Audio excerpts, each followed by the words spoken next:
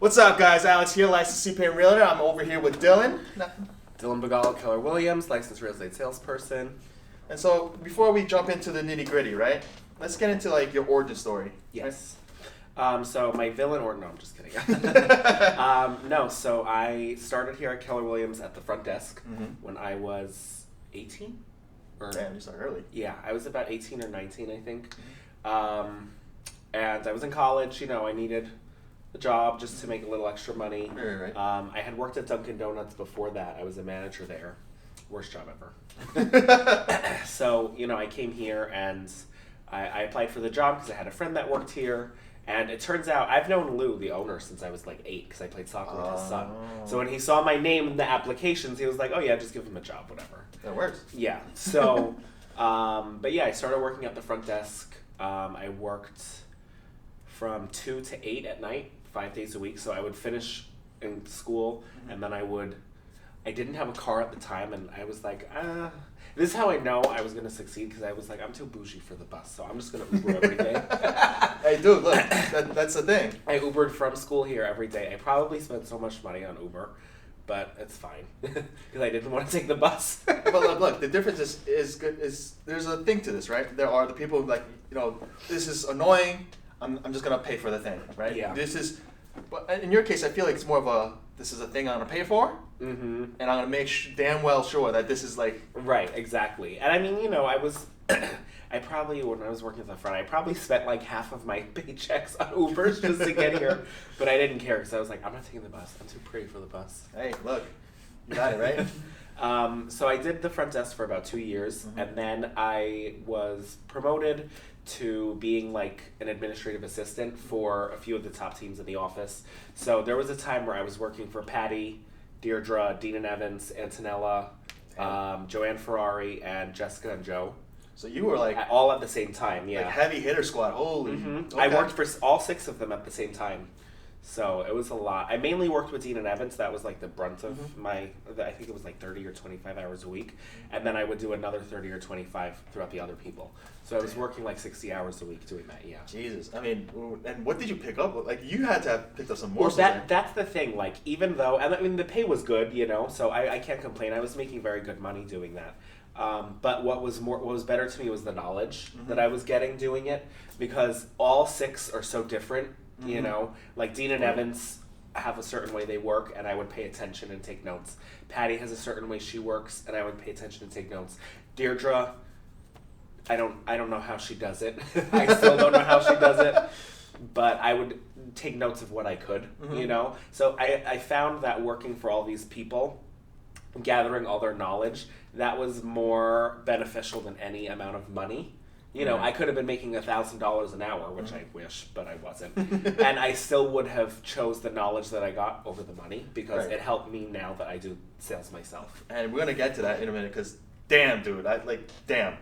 But so 18, so the 2 years, that put you at like 20. So at what point were you like, you know what, as much as I like doing this, like I'm playing now. Like So I mean, I don't know. I felt like I probably got a little stagnant with my work. Not like I was doing a very good job for all of them, but I just always felt like I was worth more, and like I said, the money was good, but all these people were making $400, $500, $600, $700,000 a year, and I was just like, when am I going to make that, And every single one of them told me, get your license, do it, you can do it, don't be scared, just do it. And the thing for me is I hate change so much. Like, I'm very scared of change. I'm very scared of not being in my comfort zone. What if I don't succeed? Right. What if I get my license and I'm just another flop, and then all these people that I love and respect are going to laugh at me, Like, that was what was going through my mind. But I cut down a lot of the work I was doing. I gave my best friend the job with Deirdre because she needed full-time and I couldn't provide that. So, a good portion of my work was cut, and right around that time, I had passed my licensing test finally. I think I failed it like 4 times, honestly. Hey, look, when you joke at 60 hours? I failed like 4 times because I was just so stubborn going in. Because when I was in college and high school, like, I could not study and I would ace the test because it was easy. That was exactly, like I could wake up, put pajamas on, go take the test, be done in 10 minutes, leave, and I was fine. So I thought it would be the same, and I failed like 4 times. Hey, look, and that's what gets a lot of people caught up, right? Because they're like, ah, damn, like I didn't get this, and you know the other side of it is, oftentimes people are like, look, the exam is the very simple, basic barrier to entry, and it's very low bar. I'm like, I get that, but then on the other side of it is, you can fail, and you know what? Sometimes it actually does better in that sense, because then you come out swinging. Yeah, it's true. And then the first, I think the first 2 times, I still didn't even study. And I was like, okay, now I'm going to try and study. And I remember Evans had sent me some practice tests with the answers on it. So I studied those, and I actually took the time to do it because I wasn't so busy with work. And I was actually going to, I was thinking if this is for me anymore. I was very close to just being done with real estate in general. And then I got the notification that I passed the test, and I was like, "Oh, okay, no, I'm not going to do that." So that was I passed the test in December of 2019. So January of 2020 is when I started, and then 2 months later, the whole world shut down. And look, I mean, you came in at a good time, brother. There are the agents that are like, gosh, I'm not doing this. Like this whole remote, but you made some serious numbers, huh? Yeah. Well, the first year. And I'm very grateful for Antonella too, because I'm on Antonella's team. So I was her assistant, and then, I stuck with her, and, we created a team. Well, I helped her create her team, and now we run it together. But the first year, even though the world was shut down, I told myself, I'm not going to sit there and, cry about it. If I have to show houses virtually, I'll show them virtually. I don't know how I'm supposed to do that, but I'll learn. So the first year, the team did about... My first year, the team did in total about, I think it was 11 million in volume, and of which I did 4 of that. So it wasn't bad for my first year. Not bad. I want to say some expletives at you, brother. Yeah, bad. It wasn't bad for you know what it was? I'm like an overachiever, and if I do something, I want to do it 10 times better the next time. So I'm always I never think that what I do is good enough. Even when I'm around this time, when I get a gift for someone, I'm just like, is that gift enough? I don't know. I'm always trying to do more. Fair enough. That's just the mindset that I have. So, even though I had a good year last year, I didn't think it was great. And then this year, I really set a lot of goals for myself to, double what I did last year. Okay, so let's delve into that, because, look, I think you try to downplay the numbers that you've had, but look, myself included in this mix too, right? There could be a lot of agents who are not nailing those numbers. Right? And so for me, there's easy for you to be like, well, other people just be like, hey, look, this dude's complaint bragging, but there's a mindset here, right? There's no, this is the bar I'm setting for myself. Right. And I'm going to execute on getting that, right? Exactly. And for me, it's not like complaint bragging at all, because if it was bragging, I'd be proud of it. Yep. But it's for me, I'm just being honest about what I reached and what I didn't reach. And that first year, I didn't reach everything I wanted to. Right. And I didn't take it as hard as I would have, because we were so limited with what we could do. Right. Whereas this year, even though we're still kind of limited, we had a lot more leeway than we did last year. Right. I mean, we couldn't even go out of our house for 4 months last year. So how are you supposed to get someone to buy a house if they can't even see it? Right. So, but coming into this year, I had a lot of goals for myself, and I did reach those goals, thank God. But I'm just that kind of person, that will push myself to do it, even if I have to call my sphere of influence and bother them, which I hate doing because I feel like I'm annoying them. Of course. Even if I have to show houses until 8:30 at night, which I do, which I did yesterday. Oh my God, I've been there.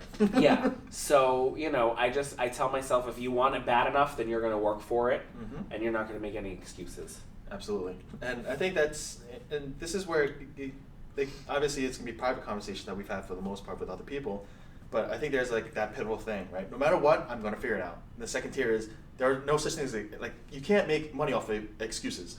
Exactly. Right, and I sense that with you, I could make excuses, right? But I have to look myself in the mirror and no, you're being full of crap now. Yeah, that's my thing too. It's you can spend your effort thinking of an excuse, not doing anything, just sitting around, or you can take that effort and make a call to somebody, or go show a property, or pick up a referral call or something. You can always take your energy and give it into something that will benefit you. And for me, what I started saying to myself was, because I'm a very, shopping coffee kind of person, and I just like to go and buy myself nice things. So my thing that I always say to myself every morning is like, if you want to be able to afford your luxury brands, you have to work. And it sounds like a stupid thing to say, but it's just what I say to myself. But your performance is there, right? Right, exactly. There's a difference. And look, I come from that corporate 9 to 5. Well, 9 to 5 isn't 9 to 5, right? It's not 9 to 5. But then oftentimes you're in this rut of like, I hate my job, I hate this. You know what? I'm gonna treat myself to a thing. Right. And I'm like, dude, like, your income is capped right now, right? You can negotiate. There are ways up, right? However, you in your situation right now, you're spending money that you don't have. Right. In this case here, I mean, the beauty of owning your business is that you're in a situation where your cap is you, right? And exactly. in this case specifically, you could have been, and you're like anyone else is like, oh, I'll just make money. No. You made your money, right? Although in the past you could argue he didn't, and that was gamble. However, the foundation was there. Right, and that's the thing too, like it's so beneficial to be able to be your own boss in this business because you don't have to really answer to anybody. I mean, you answer to a couple people, but it's not like strict. Like you don't go into the office and you didn't get those papers done. Okay, well now you have to say actually do those papers. Like you don't have to answer to anybody. You don't have to worry about anybody above you, being rude or not being the person that you would want to work with. So in that sense, it's really good to have your own business because you decide what you make. Your effort decides what you bring home. Your effort decides your assets. Right. Like that's the main thing. So yeah, I could come into here 2 hours a day and just be average, but I choose not to be average. Right. I'm in the office every day. I pay for my desk. I sit at the desk every day. I'm around crazy people, but genius people like Anthony, where I can learn so much from him. Absolutely. So, that in that sense, it's such a big help to be able to be your own boss and run your own business because you make the rules. Yep. And although you do have to answer to your clients, you also, which a lot of people forget, you have the ability to fire a client. You don't have to work with them. Yep. And that's the main thing in this business is to make sure that you respect yourself enough because a lot of people are not going to show you that respect. And you got to earn that, And so, if you don't mind my asking, so how old are you now? I'm 24. So 24, right? And you're at a point where you closed on I'm gonna call it now. This time next year, you're gonna be sitting at least at 8 figures, if not 9 figures in closings. Is that I'm calling it now? Okay. This year it was 8 figures. Right. And so I think those numbers are gonna keep going up, and I'm calling that. But at 24 years old, right?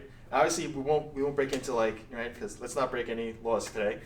But my thing is, at 24, you're hitting these numbers, and there are going to be ages in that. I've seen some in that age range, right? And they're like, they keep looking at me, and they're like, oh, you look like my grandnephew, and all this nonsense. What are your fighting words in response to that? So I get this a lot. A lot of people, and maybe it's, that sometimes I wear glasses, maybe it's the way I carry myself. A lot of people think I'm older than 24, so I don't always say my age. But there are a lot of people that still bring up the young comment, and they're like, oh, you're so young. I've interviewed an agent probably double your age. And my retort to that is, although I'm young, my age does not have anything to do with the amount of experience I have.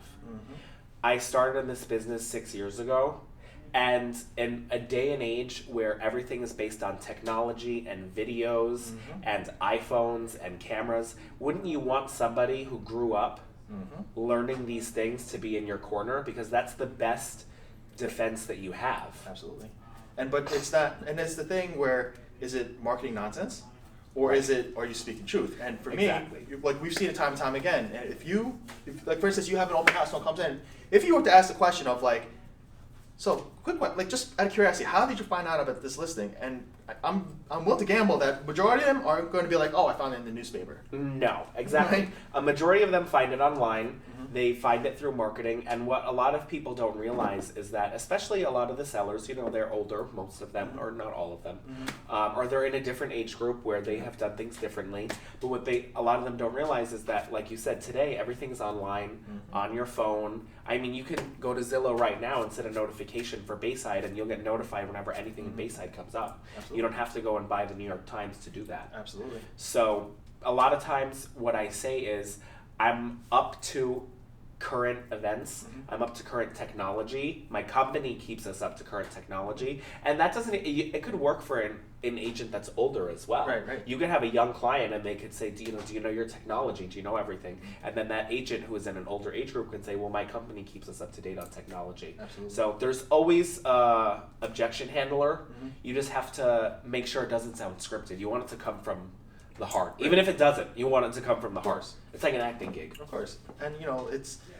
There are tiers to this, right? I mean, unfortunately, a lot of the early starters are going to sit there with, hi, my name is such and such. Mm-hmm. I don't think that you yeah. Right? But They as you go sound through robotic. it... Right. But, I mean, I think it's experience, right? As you get through it, you know how to make it authentic. But I think the later stages, it becomes authentic because you played that game. You know, when I first started, we were still allowed to cold call, and I feel like my cold calls when I first started were just so robotic.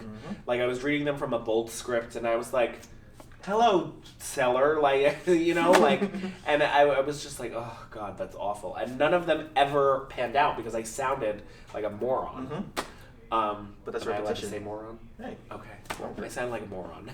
And then after after about a month of doing it, I was like, you know what? No, I'm not going to say the script. I'm just going to be myself. I'm just going to talk like me, and I'll put a little bit of a deeper voice on in case anyone doesn't like gay people. The interesting characters we get, right? Exactly. So, and then I started to have more success once I kept it casual. It's like when you go on a first date and you're nervous and you're trying to do everything right and you mess everything up, or you could just go on the date and be casual and it flows better. It's the same thing. It's finding your flow. Exactly. So, I want to save some for next time. Okay. So, before we will delve sooner than later, I hope. Yes. But you in the know where to meantime, find me. oh yeah, but they don't, right? So Exactly. if they were to come find you or look for you, where can they find you?